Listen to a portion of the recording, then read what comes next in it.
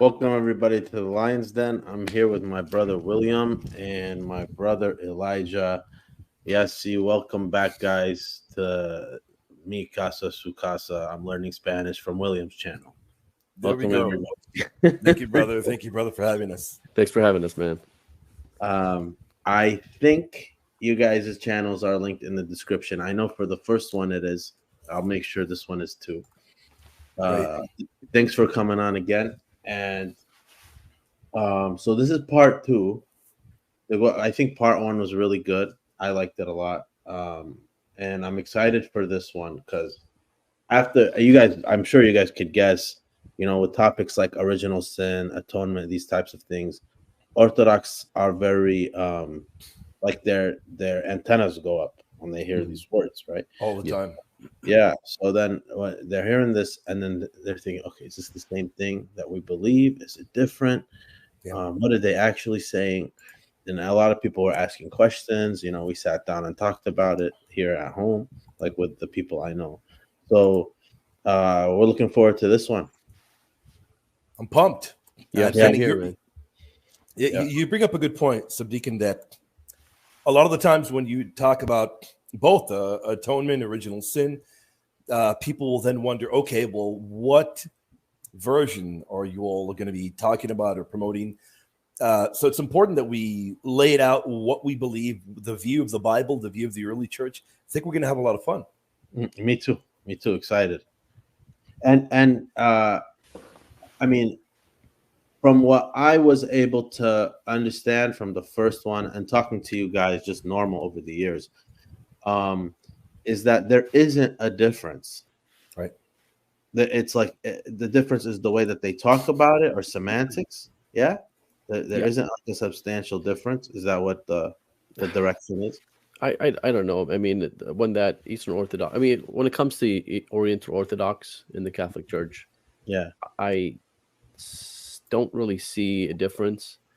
But since that Eastern Orthodox priest made a video on original sin, and then there was like this war in the Eastern Orthodox Twitter, right, going back and forth as to what is the real teaching, and then they have two sides, and I think you guys had two sides, right, until recently. You guys had a it seems that, but I'm not sure still if the issue is over the lexicon, original sin, the name.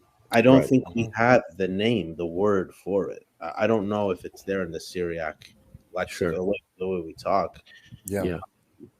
And I think really the meat of the matter is like the actual substance here is what is being understood. Is that the same? Yeah. Yeah. I think for the most part it is, but you have folks where they try to de-Romanize or de-Latinize ideas. So they're like, oh, that sounds Latin, so we're just going to say we don't believe in that. That sounds too Augustine, so we're not going to believe in that. And your point is that this isn't just Augustine, this is the East too. Correct. And I actually have quotes from Eastern Fathers today, like Athanasius and Cyril and Gregory of Nyssa. So I didn't bring any. I think I have maybe Ambrose as one Western, but everyone else I have is Eastern Father. And it's an interesting topic, and I don't honestly think there's a official stance from Eastern Orthodoxy, because you do have a certain time period where they were influenced by Latins, like some parts in Eastern Orthodox, where you have some catechisms where it does sound very Augustinian, and they're kind of embarrassed by it in a sense, right? Yeah. And then if you go to Jerusalem 1672, I think is the date, right, William? 1672, the synod. You read that synod and it sounds very Augustinian, like, babies being guilty of sin if they're not baptized. It sounds very Western, right? Yeah. So it depends on the century. So there's never been, not to my knowledge, a definition that's official from the Eastern Orthodox saying, here's what we believe. And that's why there's so much confusion out there. I guess 1672 didn't cut it because there's still confusion out there. Yeah, no, to piggyback off of that, Elijah, you made a lot of very good points there. I completely agree. I think the main issue is, and I've pointed out to a number of my Eastern friends, is the heavy influence. And I saw that our good friend Dioscorus is watching. He can echo this. He knows very well. The heavy influence of Father Romanides on Eastern Orthodox theology has been profound. And in Father Romanides, and by the way, for our Oriental Orthodox friends, my friends, brothers and sisters, and Catholic friends that may be tuning in, you should learn who he is. If you're dialoguing with Eastern Orthodox, you got to know who he is. He has influenced a massive amount of their thought in the modern day. He was very anti-Latin to the point where anything Augustinian he would trash, even though when Augustine talks about original sin, it is very Cyrillian. Very Cyrillian. He would denigrate the status of saints that are recognized in the Eastern Church.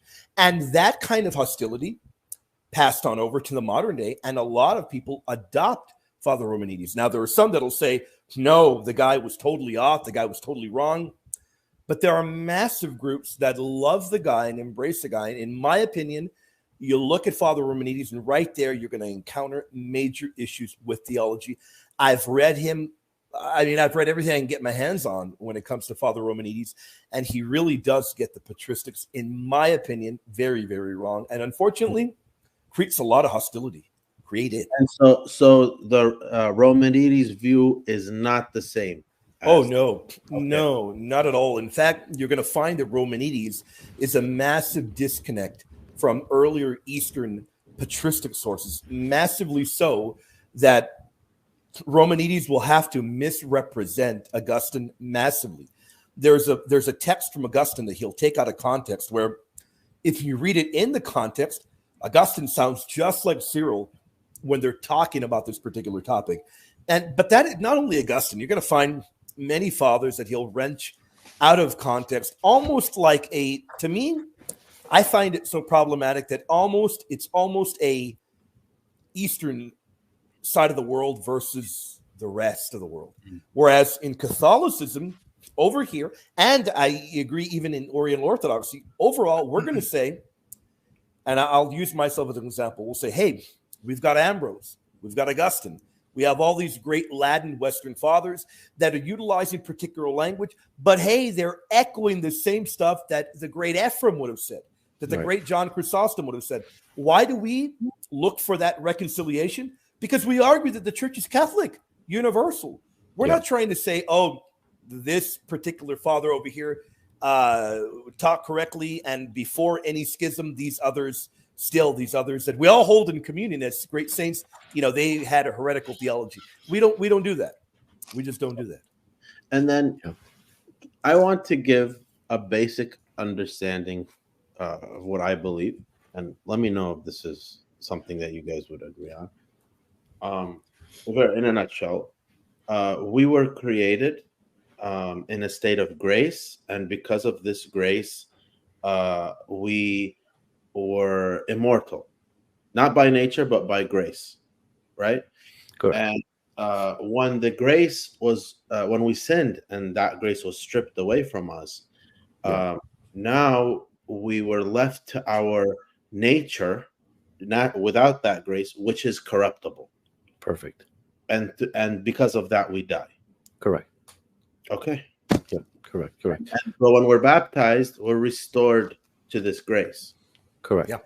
Okay. That's about it. I mean, it's simple. I don't know why we complicate these things. I think the issue is people want to emphasize the temporal punishments of sin, like death. And I know some Eastern Orthodox folks who are they emphasize death so much that they forget about salvation, right? The death of the soul, death of the body, and the death of the soul. And they're like, oh, original sin is all about the death of the body. Yeah. So where did the death of the soul come from, right? So, and I think, William, you had a debate with Father John Ramsey on this, and that was apparently his stance, right? And you both very clearly are well aware that during the cross-examination, all I did was quote his own saints for him. Right. And the reason I did that was to show that before you get to the time of Romanides and later, they're echoing what we all believe in terms of original sin. Yeah. So ultimately, my problem is this, Subdeacon and Elijah. I'd love your opinions. My problem is this. If within Eastern Orthodoxy, there are things that early on when we were united as one, early on and then later in history, before the schism in the medieval era, if they believed certain things that today they deny, and we can look in history and show that they believed, and today they not only deny these things, but they reject them strongly. To me, that is very problematic. What are they going to reject in 50 years, or 70 years? So where would Father Romanides disagree with what I said? Which part? William, you've read him. I've only read quotes, so I think he would probably emphasize death. Yes, right? Heavily emphasize death, and unfortunately, his heavy emphasis on death would be along the lines of death categorically, without exception, means one had original sin. Right. Now, of course, he's going to draw that exception. Christ voluntarily gave up his life. He still died, though. Voluntarily gave up his life or not. Our Lord died on the cross. So I find a lot of problems there in his theology. And the other thing with Father Romanides is that a lot of his very grandiose statements don't have patristic backing. And he doesn't provide it a lot of the time. So that to me is another very big problem there. He will try to wedge great differences between us where they really don't need to be. Like, look, I'll point the audience to a debate or a dialogue that Elijah had. I don't know if it's 3 years ago or 4, with Father Ramsey on original sin, I believe. I think that was the topic, or the Immaculate Conception. Both, where Elijah over and over is saying, Father, we agree here. We're on the same page. But Father Ramsey wouldn't have any of it. Even though over and over Elijah kept saying, look, we agree there. We agree here. Can we find common ground? And unfortunately, for certain individuals, it's like, look, you don't want to find any common ground. I don't know if they feel threatened in some way, but I don't feel threatened when I find common ground with my Oriental Orthodox brothers and sisters, or my Eastern Orthodox ones. I don't find any threat there. Yeah, that's one of the things that I like to bring folks on to my channel is to dialogue topics that we supposedly disagree on, but let's see where we can find common ground. And you guys know I'm not an ecumenist, so it's not that kind of let's find common ground, but it's more of, let's talk about what we agree on, and then we can talk about what we disagree on, because we do disagree. But don't get me wrong. Okay. But this is on not this topic. Not this topic. No. Okay. Yeah. Not this. Not at least. Again, Eastern Orthodox. I don't think there's an official stance, but sometimes I wonder if the two groups are talking past each other. Me too. Yeah, sometimes I wonder that, but I'm not in the conversation, so I wouldn't know. I can't say yes or no. It's an anti-Roman thing, which is why I said Romanides on there, because it's kind of ironic. His name is Romanides. Elijah keeping with his Syriac fathers with the play on words. Oh yeah, there you go. I was born with it. Yeah. Subdeacon, have you read Romanides at all? I have not. Okay. I read the stuff he said concerning Leo and Theodoret. Okay, gotcha. So if you guys want to get into the topic, I mean, Subdeacon, you pretty much summarized it beautifully. So and let me know where you would disagree with this. So there's in the Western church, right, in the Latin church, which I would hope all churches would agree with this, including even Protestants. The effects of the fall are as follows. So here's what I have for effects of the fall. The death of the soul, which is the loss of salvation. So like you said, grace, right, is taken away. So now we're corruptible. The death of the body, death, physical death. Concupiscence, because as Saint Ephrem talks about, because Adam and Eve disobeyed God and they chose to go with the devil, now we have this struggle between God and ourselves and our demons, right? So it's being pulled. So what happened at the fall affected us directly in so many ways, so that, the fact that they were conversating with the devil, they disobeyed God, that's what caused concupiscence, that part of it, because now we're struggling between two sides. Original holiness and justice is lost. So where Adam and Eve were made holy originally, they were just before the eyes of God. They lost that when they fell. Original grace was lost, and we became corruptible, as Subdeacon said. Intellect and will was weakened, right? So now, like Adam and Eve was the smartest man ever lived, right? Because he was pre-fallen. So was Eve, right? And so their will, not just their intellect, but their will was also weakened. Passability is something else that we got. The ability to, not the ability, but the fact that we suffer. that's what passability is, that we could suffer. And now we became under the dominion of the devil because we obeyed the devil. And so now we're underneath him and all these effects. And then we were kicked out of paradise. Those are the effects of the fall. Hopefully everyone agrees with that. But what are your thoughts on that, Subdeacon? No issue. I mean, I'm guessing this stuff was what maybe Pelagius might have had a problem with. I don't know. Like, is there an idea in the Catholic Church that Pelagius might have been misunderstood? Is that a thing or no? I don't think so. I mean, he thought that you can be saved by your own will. So without grace. Without grace, correct. Right. Okay. Yeah, with your own power, I should say. Yeah, I mean that was, and this is why in the West it's so emphasized that you need grace and all this stuff. Where Augustine is talking about this, right? And Protestants, they take it and they run with it. But I having conversations with you guys on for so many years, where I come from is let's see what they were answering to, right? What are they answering to? So for example, and I know this is a Oriental Orthodox channel, but when it was Nestorius versus Cyril, Nestorius was emphasizing 2, so Cyril was emphasizing 1. Then Chalcedon came, and of course, obviously you guys have your own, interpretation of everything, but the interpretation is the emphasis was too much on 1, so they were emphasizing 2, and that's a very general way of looking at it. It's you said it right. You said it right. Yeah, so it's like, what are they answering to? Like a Council of Orange, right? Answering to, the people that think that grace is not necessary. Then you look at the Council of Trent, and they're answering the Protestants, where they're thinking that works is not necessary. So you got to understand, what is the question being answered here, and who's behind the question? There's a reaction, right? Exactly. Yep. Yeah. So, even the icon councils, it always comes to us in the Syriac Rite churches, like Syriac Orthodox, Assyrian Church of the East, Chaldean Catholic, etc. They ask us all the time, how come you guys don't have iconography like us? Sure. Because we didn't have the heresy like you.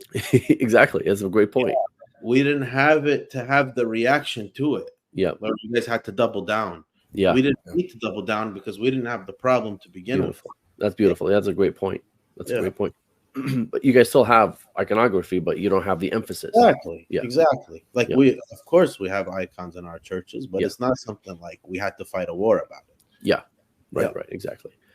And then and if I read this, so this is from the Catechism of the Catholic Church, 404. So if I read this, every Eastern Orthodox or Oriental Orthodox would probably agree with it, but I'm going to read it if you don't mind. So it says, how did the sin of Adam become the sin of all his descendants?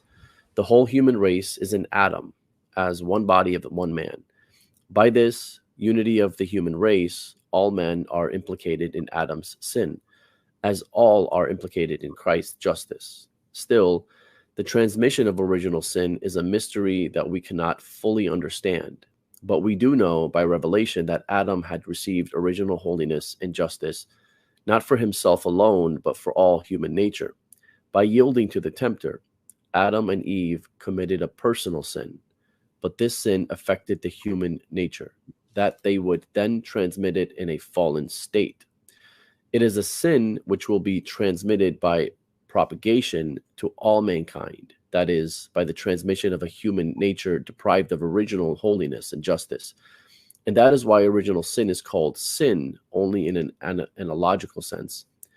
It is a sin contracted and not committed, a state and not an act. So in other words, and this is where the confusion comes in with Catholics saying, oh, we believe in guilty babies, right? Or if you're born guilty or conceived in guilt.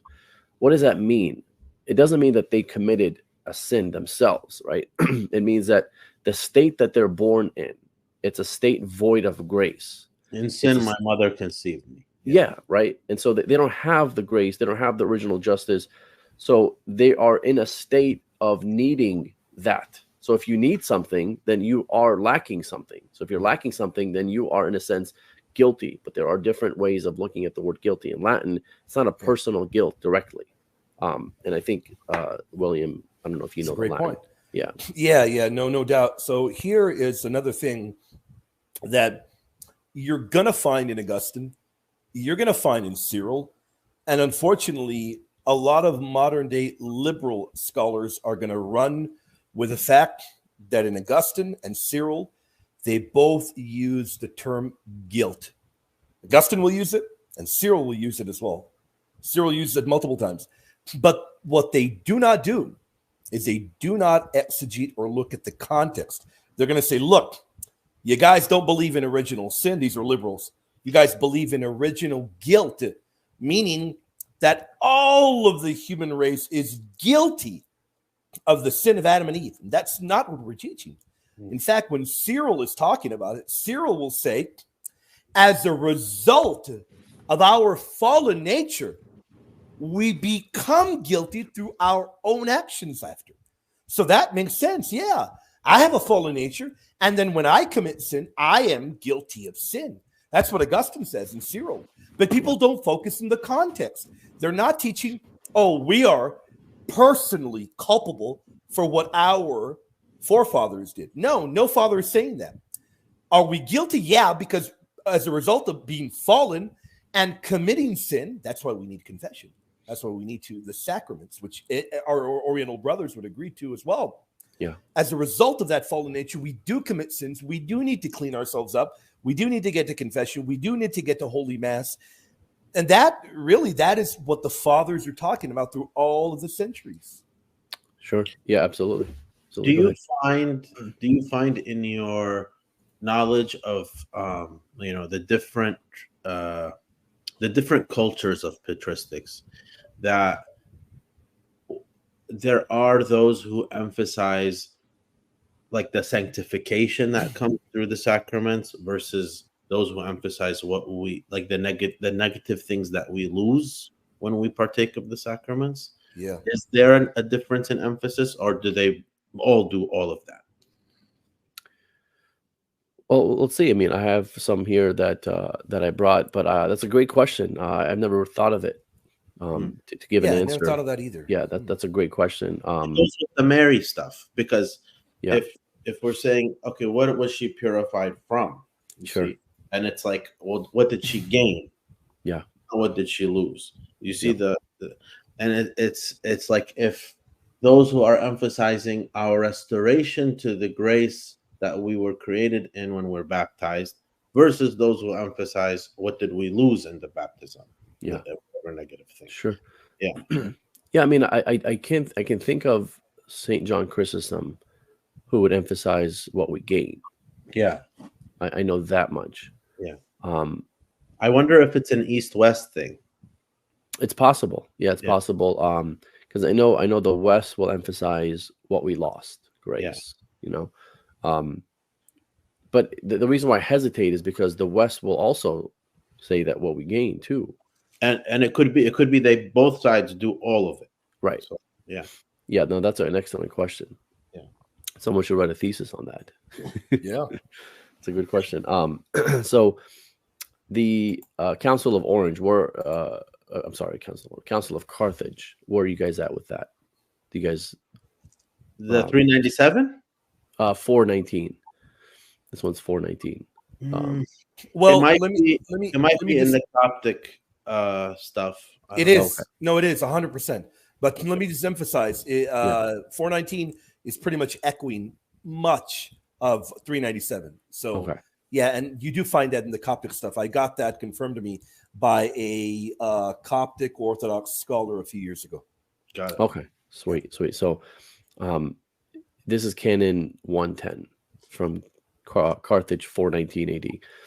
It says, likewise, it seemed good that whosoever denies that infants newly from their mother's wombs should be baptized, or says that baptism is for remission of sins, but that they derive from Adam no original sin, which needs to be removed by the laver of regeneration, from whence the conclusion follows, that in them the form of baptism for the remission of sins is to be understood as false and not true, let it be anathema.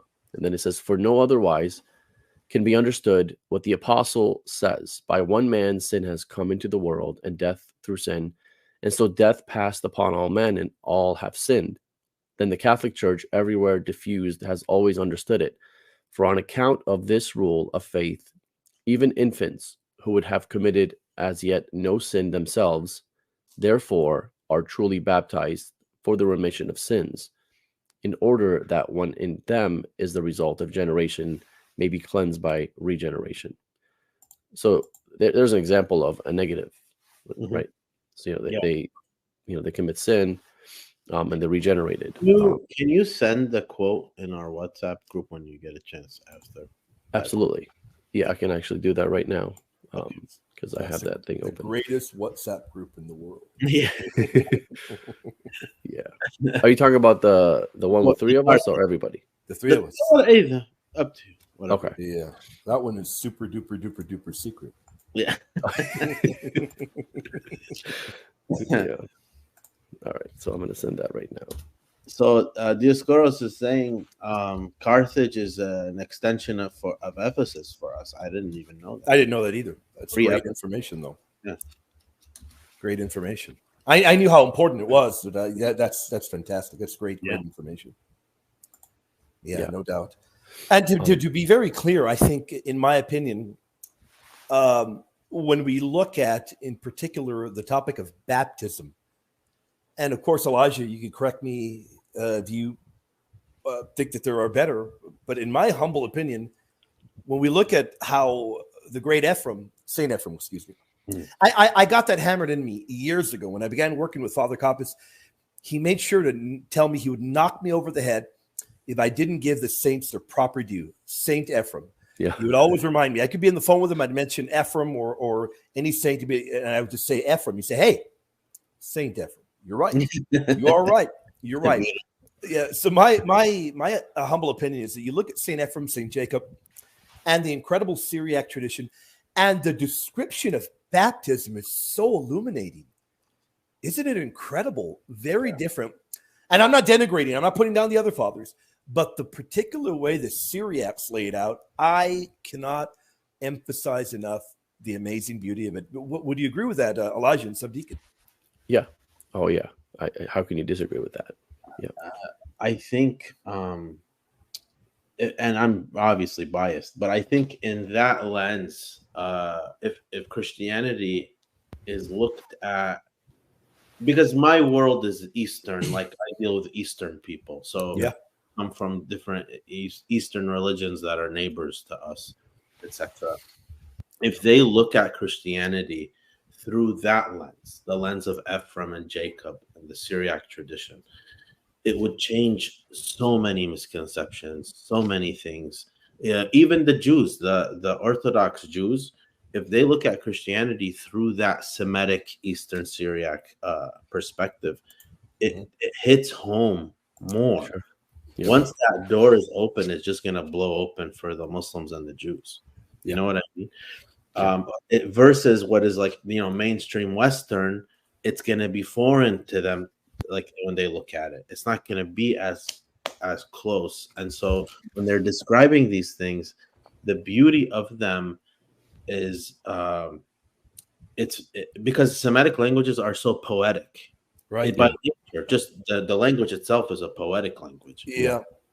So, I mean, that on that point, let me just say one particular thing. Yeah, our evangelical friends do not know the beauty of it. Yesterday, Subdeacon, by the way, thank you so much for being an incredible debate moderator. It was my pleasure, William. Thank you so much. Thank you so much, brother. By the grace of God, thank the good Lord, it went very, very well. It defended the bodily assumption of Mary. But what I heavily relied upon, St. Jacob and St. Ephraim. And I bring that up because in the closing statement of my Calvinist interlocutor, he said, William didn't provide anything. All he did was read poems. The fact that they do not understand the beauty of St. Jacob and St. Ephraim and accuse me of simply reading poems shows me Protestantism are confused. They don't know the fathers at all. And that tells me everything. Have you ever heard that? Have they ever told you that, brother? Have you ever heard that silliness? I haven't, because again, in our culture, poems are a big deal. Of course. So, yeah. Of course. So when if you are missing that, I'm not the person to convince you or talk to you. William Albrecht is. Like I'm like, if you can't see what I'm seeing when I read St. Ephraim and St. Jacob, like I don't know if I told you guys this before. You probably have heard me say it. In the Syriac church, we have hymns that they wrote. We chant them on Sundays. No doubt. That pertaining to the week, the liturgical week of whatever the occasion. So we'll be chanting them. And so for example, one of the lines we get to a part where we say, like we're commemorating the apostles and the prophets.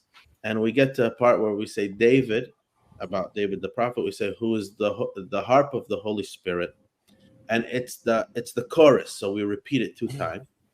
When we say it the second time, though, we say Ephraim. We don't say David. Ephraim, the harp of the Holy Spirit. So what are we doing here? We're equating Ephraim with David. And we're saying his hymns are just as inspired as David's hymns are. So this is the meaning of Ephraim and Jacob to the Syriac churches. They're such a big deal, and they are really the pillars for Syriac theology. No, of course, absolutely. And the debate yesterday was it on the assumption? How did you answer the question when he asked you if Mary's body was made out of carbs or protein? To be honest with you, brother, his questions were along those lines of being terrible. Wow. Now, as you both know, and by the way, he tried to get a jab in towards the end on Mary having original sin. Of course, I don't know why he even tossed that in, but another argument he made, which was shocking. I mentioned multiple times how in the Syriac tradition, in the Greek tradition, and the Latin, the fathers viewed Mary as the new ark. Ephraim speaks about her. Jacob does as well, as the new ark of the new covenant. His rebuttal to me, and I am not joking with you, Spanish speaker can confirm it. His rebuttal to me was, man, you guys think Mary was a literal box? That shows me, and that was the stupidity, his reply. You think Mary was a literal box? He doesn't understand the parallelism that if we view Saint Mary as the new Ark of the Covenant, that's because of her incredible resplendent beauty, her overwhelming holiness. And this shows me that, unfortunately, our Protestant friends are so disconnected from the reality of apostolic Christianity. They are at the point where, in the debate, I brought up one point. I said, if the early fathers believed in the Dormition and the Assumption of Mary, and then I even tossed in the proto-reformers and the first reformers, said if all of these believed it, even Martin Luther, who celebrated the feast every year, why on earth do modern-day Protestants reject it? He didn't care. You know, I'm at the point now with Protestants, William, that they are in open rebellion. Like, it's not even a matter of 100%. Yeah, like once they start asking questions like, "Oh, you're saying she's the box?" Like, bro, what are you doing? Yeah. And then about proteins and carbs and this keeps getting worse. Yeah.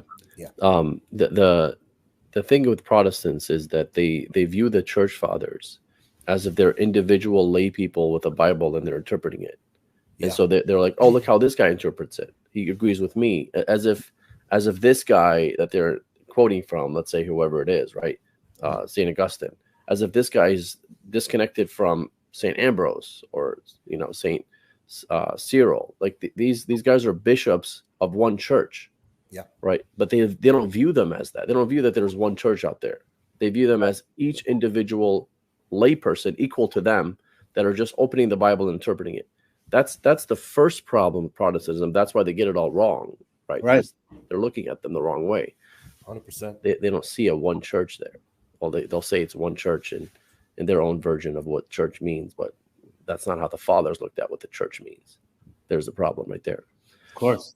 But I do have another quote from St. Gregory of Nyssa. If you guys want me to read this. Definitely, please, brother. And this is an emphasis. The reason why I have this quote is because it's for those that say it's just the death of the body, right? And here it's almost like he's answering them. He says, "Now it was not the body merely, but the whole man, compacted of soul and body, that was lost. Indeed, if we are to speak more exactly, the soul was lost sooner than the body. For disobedience is a sin not of the body, but of the will. And the will properly belongs to the soul, from which the whole disaster of our nature had its beginning. As the thread of God, that admits of no falsehood, testifies in the declaration that in the day that they should eat of the forbidden fruit, death without respite would attach to the act. Now, since the condemnation of man was twofold, death correspondingly affects in each part of our nature the deprivation of the twofold life that operates in him who is thus mortally stricken. For the death of the body consists in the extinction of the means of sensible perception, and in the dissolution of the body in its kindred elements. But the soul that sins, he says, it shall die. Ezekiel 18:20. Now sin is nothing else than alienation from God, who is the true and only life. Accordingly, the first man lived many hundred years after his disobedience, and yet God lied not when he said, in the day that you eat thereof, you shall surely die.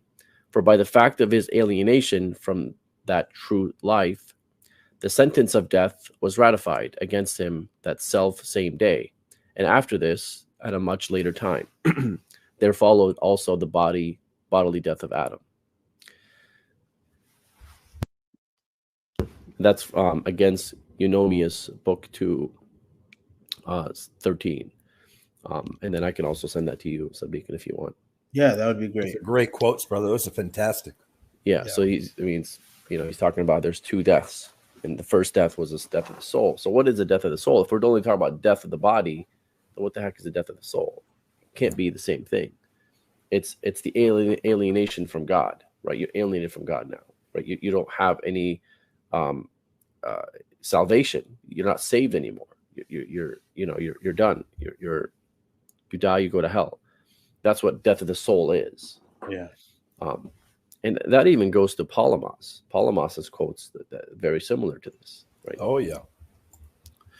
But I don't know if you guys have any thoughts on this. I do have St. Cyril of Alexandria next. Beautiful. That's going to be love it. Can't wait to hear it. Love it. Well, and you said you have Athanasius too, I think, right? Athanasius too, yeah. Beautiful. So I'm going to send this to you guys here. That's okay. Do you guys want me to read it now? Definitely, brother. Okay. So Cyril of Alexandria, he says, what has Adam's guilt got to do with us? Why are we held responsible for his sin when we were not even born when he committed it? Did not God say, the parents will not die for the children, nor the children for the parents, but the soul which has sinned, it shall die? How then shall we defend this doctrine? The soul, I say, which has sinned, it shall die. We have become sinners because of Adam's disobedience in the following manner. After he fell into the sin and surrendered to corruption, impure lusts invaded the nature of his flesh, and at the same time the evil law of our members was born. For our nature contracted the disease of sin because of the disobedience of one man, that is Adam, and thus many became sinners.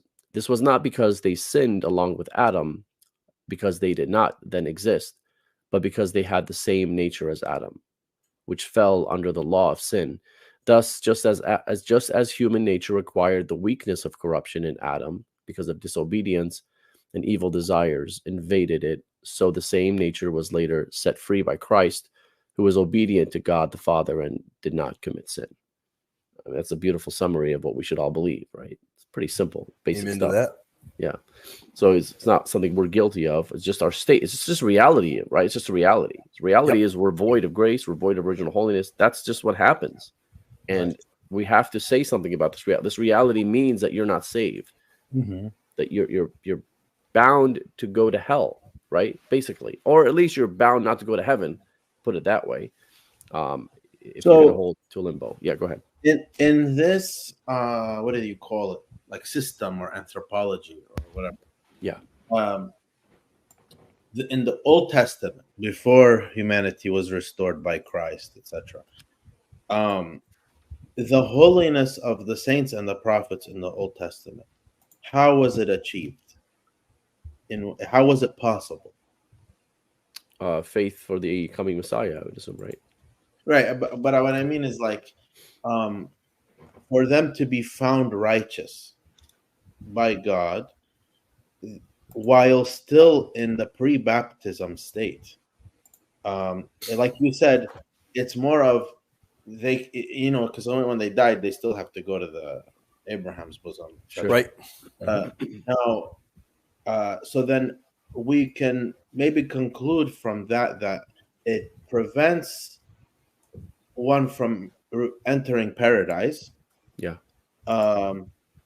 But it doesn't necessarily bind them to be damned. Right. Okay. Yeah, correct. Yeah. Yeah, makes sense. Yeah, makes sense. Yep. Yeah, that's why I was saying it's not necessarily they're bound to hell, but they're just not they're not bound to heaven, right? Because I personally believe in limbo, but you don't have to believe in limbo. Like, what's limbo? Yeah, for you, what would limbo be? You believe in the Augustinian view, or what kind? So that the infants, if they die without baptism, they have natural happiness, right? That they're not suffering, right? So that they don't have the beatific vision because they didn't do anything to deserve hell, but they didn't do anything to deserve heaven. Okay. Right. So I believe in limbo. Now I don't die on that hill because it's not a dogma in the church. That's just my personal opinion. If you believe that. Do you, because I'm curious, let me just probe your brain a little bit. Sure. Do you think it is possible for them to ever enter into heaven? Heavenly glory? No. The reason why is because the fathers that believed in limbo, they just left it at that. So I have no foundation to say that they eventually would go to heaven because no father that held to limbo. I think Gregory held to it, Augustine obviously, and the Western fathers after him. A lot of them held to limbo. Very harsh version of it sometimes not. No doubt. Depending on, who you're reading. But I'd like to think that they would go to heaven, obviously, but the church doesn't even say that. Like even today, even though we have the Catholic Church, who today is like a very nice church. They always try to say something nice, right? They don't like to say negative things anymore like they used to, where they kind of hammer down things more. Now it's just, how can we make this work in the modern society? They say that we have hope that children are saved at that baptism. We have hope for infants, but it doesn't say that they are saved. right? They don't go that far. So I don't go that far. I can't say that they are. I can say that we have hope and that there's probably a limbo, but that's just my personal opinion. But I don't know if we're allowed in the Catholic Church to teach that infants without baptism for sure go to heaven, because the church doesn't have that stance. So I don't know what your thoughts are. What are your particular thoughts, Subdeacon? Do you hold to limbo, or do you think that a unbaptized baby would go to heaven? An unbaptized baby that passes away, that would unfortunately pass away. Yeah, I think it's so. My bishop and my priest teach that they don't go to heaven. Okay. Now, I don't know, but what we know is he says, I think, to Nicodemus in John 3, unless you are born of water and the Spirit, enter the kingdom. So we have emergency baptisms in the hospitals right when the baby are born, things like this. But at the end of the day, God is the judge. Thank God. Thank God he's the judge, because he loves. Oh, yeah, no doubt. Love him, and he's merciful. Absolutely. Yeah. We pretty much put it in the way that I see it, rather than me holding to one position or the other. Personally, I believe that they eventually do go to heaven. That's what I personally believe. That's beautiful. Yeah. But I hope you're right. I think that the reason I think of that is because of the infinite grace of God, which, of course, that's why we rely upon that incredible infinite grace of the Lord. But I know that certain fathers had certain opinions on this. It never became dogmatic in the church. So, sure. Yep. Without a doubt, a theological opinion that I think is worthy to dialogue about, to discuss. But above everything else, I want to emphasize one thing, and I emphasize it to everybody. If able, of course, I understand there are situations when a baby, unfortunately, passes away before a baby has any opportunity for baptism. But I tell my apostolic Christian friends and evangelical friends, baptize your babies. Don't delay. Do not delay. Do it don't wait 3 months or 4 months, or you have to wait for this particular day because this party. Don't do that. Family's going to be over in 3 months. We're just going to do it then. Even if you think they're going to go to heaven, you don't know, right? We don't know. Who cares what we think? What we know is that if they're baptized, they're going to heaven. We know that. Absolutely. That's all. That should be the motivation behind it. You reminded me of something. So there's a village in Syria, a couple, I think. There's Zaydal and Fayruza, these two villages. Yeah. In Syria. They're Syriac Orthodox villages. They don't baptize their kids till they're like teenagers. Wow. These two villages, and everyone, the patriarch, the synod, the bishops, everyone's, you can't do that. Yeah. Everyone's telling them to stop. There's so much pressure on them to stop doing this. I think now they're coming around to it, but they were doing this thing where they want to have all their kids and then baptize them all at the same time. So where are you getting this from? Protestantism. It's ridiculous. Yeah. Well, at that point, the kids have a choice. You don't want to take it to where they have a choice. Right. You got to baptize them now. Yeah. I got another quote here that I already read St. Cyril, right? Here's another one from St. Cyril. He says, thus has the guilt of the disobedience that is by Adam been remitted. Thus has the power of the curse ceased, and the dominion of the death been brought to decay. And this too, Paul teaches, saying, for as by the disobedience of the one man, the many became sinners, so by the obedience of the one, the many became righteous. For the whole nature of man became guilty in the person of him who was first formed. But now it is wholly justified again in Christ, for he became for us the second commencement of our race after the primary one, and therefore all things in him have become new. And there is the idea of guilt again, how all have become guilty. Again, not because of personal sin, but because of our state. It's not So I have a Catholic friend who he just texted me. He said Pope Benedict was clear on. We were talking about the limbo and the babies. Yeah, Pope Benedict was clear on this. And then he's going to get me the source. And sure. he said it's too narrow of a view of God's mercy to think he would abandon unbaptized infants. Yeah. So let's see what the source is that he's going to say. I think that was the first thing he did as a pope. It was. Yeah. First thing he did as a pope. He came out with something that, because, you know, before he was pope, the question of limbo. Well, first of all, the question of limbo was being taught as if it was the teaching of the church for many centuries, right? Mm-hmm. And then that kind of dwindled down, kind of died out. And then he answered the question, if his question that he was answering is this the official teaching of the church? And his answer was no. You can still hold it as an opinion. Yeah. Exactly. Yeah. And that's why I say I'm not going to die on this hill, because it's an opinion. Right. Yeah. And I hope it's a wrong opinion. That's one teaching I hope I'm wrong on, you know. No doubt. I hope every unbaptized infant goes to heaven. Yeah. He's just sent it to me. He sent me the source. The quote is, the conclusion of this study is that there are theological, liturgical reasons to hope that infants who die without baptism may be saved and brought. No, it's real. No, I know it's real. That's a real quote. Oh yeah, we don't doubt it at all. It's a real quote. Yeah. The official, that was kind of like his stance, but the official stance of the Catholic Church today, official stance, if we were going to put an official stance, is what happens to unbaptized babies is we hope they go to heaven. That's the answer. Yeah. And so that means that there's a chance, or else we wouldn't hope. Of course, absolutely. You know, there definitely is a chance. And that's why I'm saying I hope I'm wrong in here, because I know there's a possibility that they can go to heaven. But my point here is, since it's an unknown, baptize your babies as soon as possible. Don't wait 3 months. Don't even wait a month. Like, do it within like a week, maybe 2. Like, you got to just do it as soon as possible. Forget the party. Even the 40 days, 80 days that the Orthodox do, if it's a boy or a girl, 40, 80, even that, I think sometimes it's too much. Like, just baptize them. I would be like, I would have anxiety, bro. Me like, too. You know, like your baby's sleeping, is like, you go the next morning, is like, all right, are they alive? You know, like, I gotta make sure they make it to the 40 or 80 days. I didn't know there was a such 48. So what happens 40? Is it boy and 80 girl? Yeah. Oh, okay. Poor girls, man. Yeah.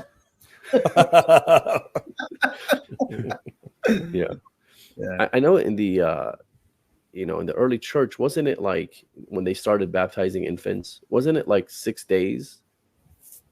Between 6 and 8, I believe. 6 and 8. In the Syriac church, William probably knows this. St. Ephraim's time, they were baptizing adults. That's why you have these 2 leftover villages still messing up on it. Yeah. I think it's I think it was my mother-in-law who said that when my wife was born, she went from the hospital to the church to baptize her. Wow. Yeah, and that's very common. Like in back then, you know, I say back then, maybe like 50 to 100 years ago. Yeah, it's like the first week baptized. You know, right? Sometimes out of the hospital to the church. Infant mortality, things like that. Yeah. Wow. Yeah, exactly. Because you don't know. You don't know. There's a lot of unknown about it. So, right. Should we move on to? Do it. I'll go ahead. I don't know if you want to read this. Oh, the traditional priests tend to encourage to just baptize the kid quick. The canon of 40 to 80 days has its benefits, but pastorally, it's overshadowed by the grace of baptismal necessity. Absolutely. Makes sense. Yeah, makes sense. Yep. Totally.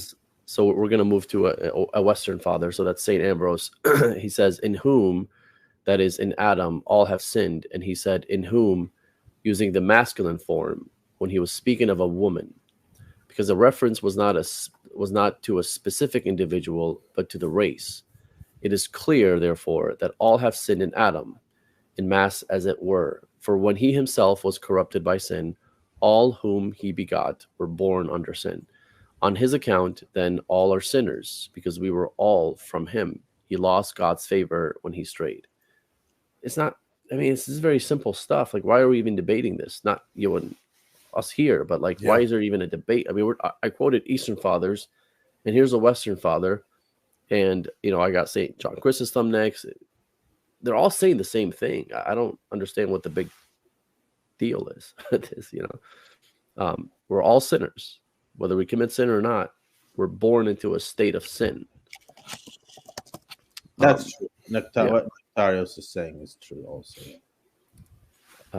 Was to allow the women to recover from having. I see. Okay, makes sense. And then we get to St. John Chrysostom. He says, "You see how many are the benefits of baptism," and this is where you were talking about, Subdeacon, the positives. Right? Here's the positive. He talks about the positives of that benefits of baptism, and some think its heavenly grace consists only in the remission of sins.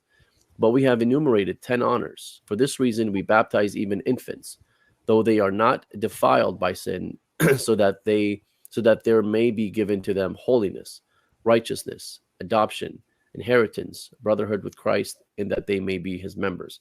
And I think this is where the confusion is, because he says that they may not be, he says that they, what does he say here? Not defiled by sin. What he's talking about is they're not defiled by personal sin. They haven't committed any personal sin, right? Well, the other ones, when they say that we are defiled by sin, they're talking about original sin. Yeah.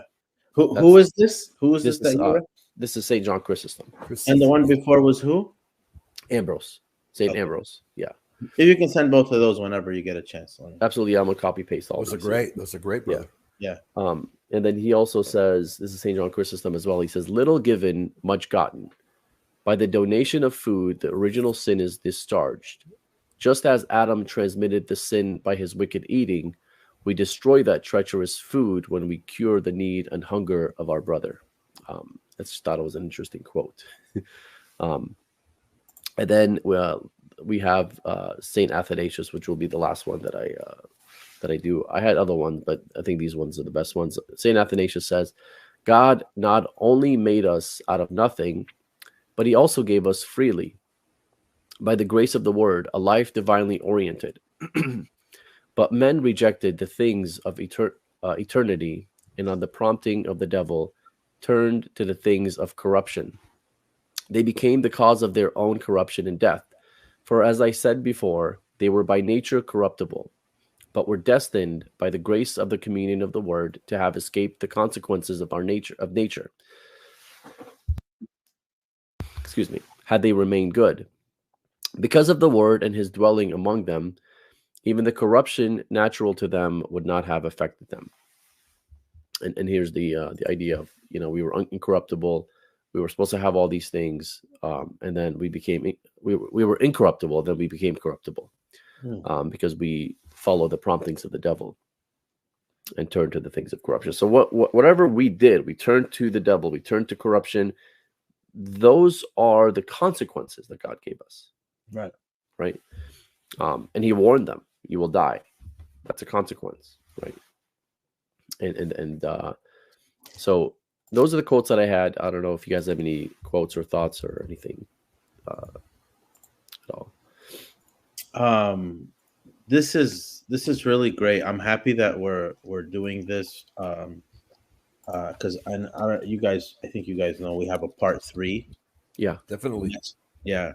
So it's important, and I'm gonna make these their own playlist, and then because I'm having these sit downs here locally about the same topic. Our bishops are talking about this topic. Yeah. Wow. And we're pulling up the original Syriac here. We're pulling up Jacob and Ephraim, and we're discussing these things over here. So maybe we need to get that guy debated, Wister Medina, to tell us what the Syriac means. Yeah, seriously. And I'm planning to, in the future, I want to have Coptic Orthodox priests, the ones I had on the last show. I don't know if you guys caught it, about the letter of Alexandria. I want to have them on to discuss this very topic too, because I think there's a lot to be said about it. Really, it's the starting point. It's the starting point of the conversation before anything else. So it's very important. Oh yeah, I agree. Like, okay, we agree on the sacraments, but what are the sacraments saving us from? Right, exactly. Yeah. So we need to really talk about that. I didn't even know. By the way, William, I know you are the one with like the like you are in touch with a lot of the scholars in the apostolic Christian world. I don't even know if you are with the Protestants or not, but especially with ours. Do you have any relations with Father Dragus? I don't. Okay. No, okay. I don't. I am in touch with a few Protestant scholars. That I am, to be clear. Yeah. I don't know what his view is. I don't know if he's the Romanides guy or what. I don't know. Yeah. Because he's a big deal in the EO world, you know. He is. Unfortunately, a lot of these guys that are a big deal won't even dialogue because I guess they think that we're gonna, I don't know, press them on issues. So they won't even dialogue. I mean, I'm not even talking about debating. I'm saying a lot of them won't even have a dialogue, which is unfortunate, you know. Got it. I think that's unfortunate. Elijah, have you talked, or maybe William too, have either of you talked to the TOs, like Father Suwaden and them, about this topic? Do you know if they agree or no? Yeah. I did a show with Suwaden on Immaculate Conception, and naturally Original Sin came up, and he seems to agree with this. Yeah. He seems to agree with this. Yeah. Suwaden knows me. He knows me quite well. Yeah. And you did a debate with him on Immaculate Conception. So I don't know if that topic came up. Father Dragus is a disciple of Romanides. Okay. There you go. And then I know you guys have talked to Craig. And Father Ramsey, I'm guessing they agree with each other. The Assyrian Church of the East, I'm guessing, believes what we believe. The Syriac Orthodox, Assyrian Church of the East are almost the same on everything. It's just the Christology stuff. Right. So I'm guessing the Assyrian Church of the East has the same view that we have on this. I would be shocked if they didn't. Yeah, me too. Yeah, me too. Yeah. I think Craig truly has the same beliefs on Original Sin as well. Okay. And yeah, I'm pretty confident he does. At least the essentials, right? I know there's different things that we can disagree on that are kind of irrelevant when it comes to what we're talking about, but they could be relevant on other things. But yeah, it seems like the disagreement comes in the context of like corruptibility, like what that includes. Yes. So is death native to us or not, kind of thing. I don't know. I wish I was smarter to understand like the intricacies of these conversations. Yeah, I wish you were smarter too, man. Then the next show will be the atonement. I cannot wait for that. Now, I don't know about you guys. I've done a ton of work there. I have slides that I want to present. If you all have some, we can. No, beautiful. I can't wait for that. I can't wait to see what you guys have. Wait till you guys see what I got on Jacob and Ephraim there. Awesome, wait till you see. Awesome. This is amazing. Yeah, that's pumped for that. William, next week is going to be William. Yeah, that's going to be all William. So I'm actually going to be sitting here like a student. We'll do that. I can't wait for that, guys. I'm excited for that. I sent Elijah a Syriac hymn, and he goes, I don't know if you remember this, Elijah, it was a while ago. I sent you a hymn we were chanting on Sunday Mass, and you go, this is exactly what we believe about the atonement. I vaguely remember this. Yeah. And you know what's funny is Saint Jacob, his homily on I think it's the Mother of God, where he talks about the angel when she comes and descends, and you know the whole thing where we've even done a show on this homily, broken it down. If you take a look at what he believes on what happens pre-fall, it is exactly the same as what the Western Church believes, Roman Catholic Church.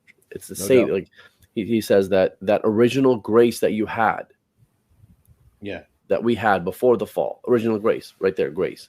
Yeah. And then he says he talks about how now we have concupiscence because of the fall. And there's two other things that I forgot. I can't come up with them, but they were very not Western, because it's not a Western thing. It's a patristic thing, right? I don't want to call it a Western thing. Yeah. It's a patristic thing. I do have one more thing, if you guys don't mind. It's definitely. What does the word stain mean? when we say that we have the stain of original sin. What does that mean? Yeah. So here's I have three different things. So number one, it's in reference to this. So that man is born without the original holiness and grace that Adam and Eve enjoyed prior to the fall. Okay. Number two, that man is born under the dominion of the devil.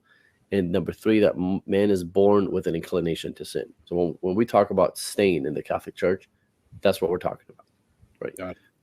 Those three so things. It's the inclination, and also not having the original holiness that Adam had received. So if you don't have the original holiness, just like you talk about the negatives and the positives, this is a negative. So now you kind of have like this stain, or as in Chaldea would say, like shechta. Yeah, like it's in your soul, right? You got to remove it. So baptism washes it away, right? Yeah. But yeah, that's what we mean by stain. And you to add to that, it is a very biblical concept, because you find that word used in Ephesians 5:27, the Greek for stained, to present to the church himself in splendor, without stain or spot or wrinkle or anything of the kind. And you can look at any analytical Greek lexicon, it's spot, stain. And then it also appears in 1 Timothy 6:14.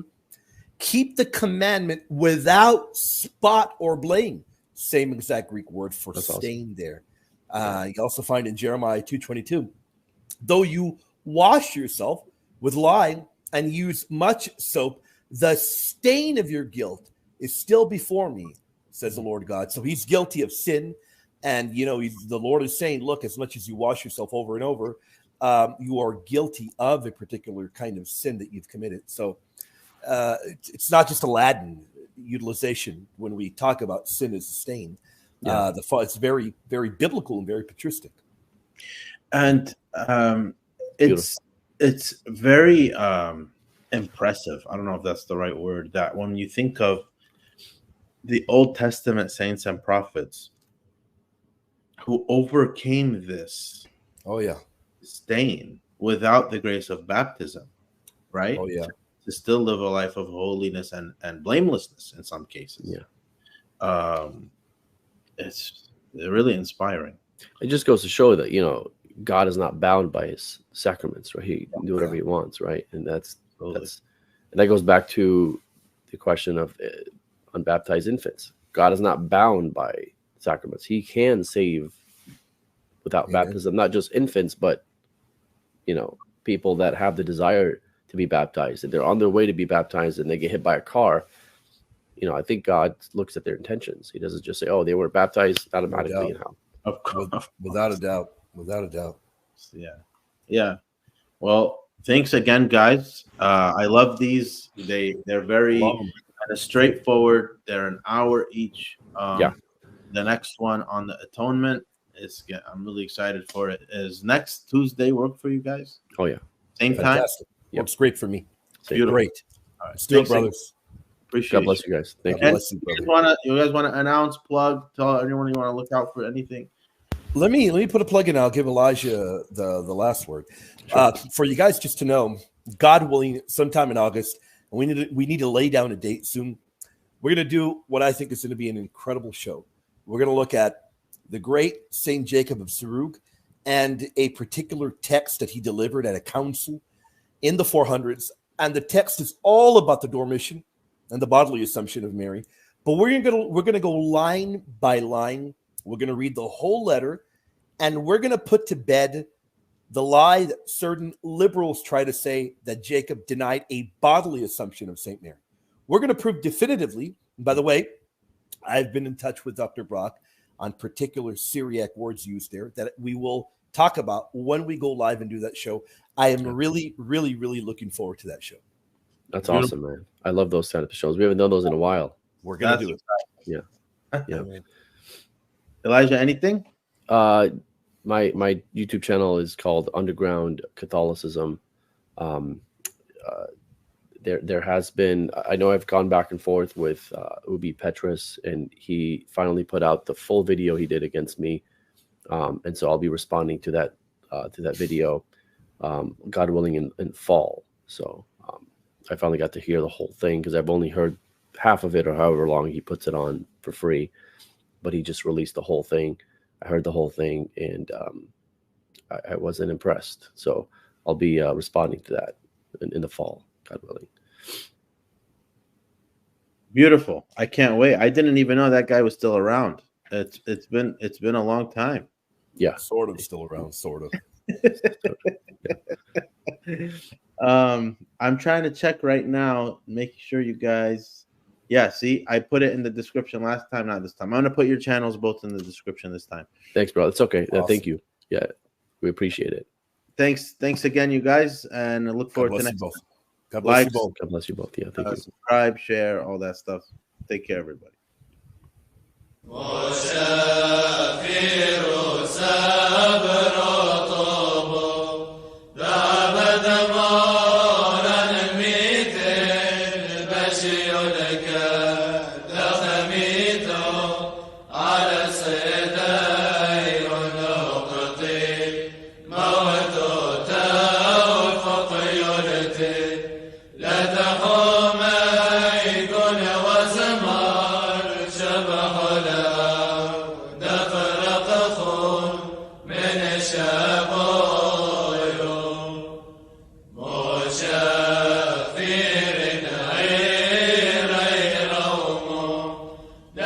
شمشين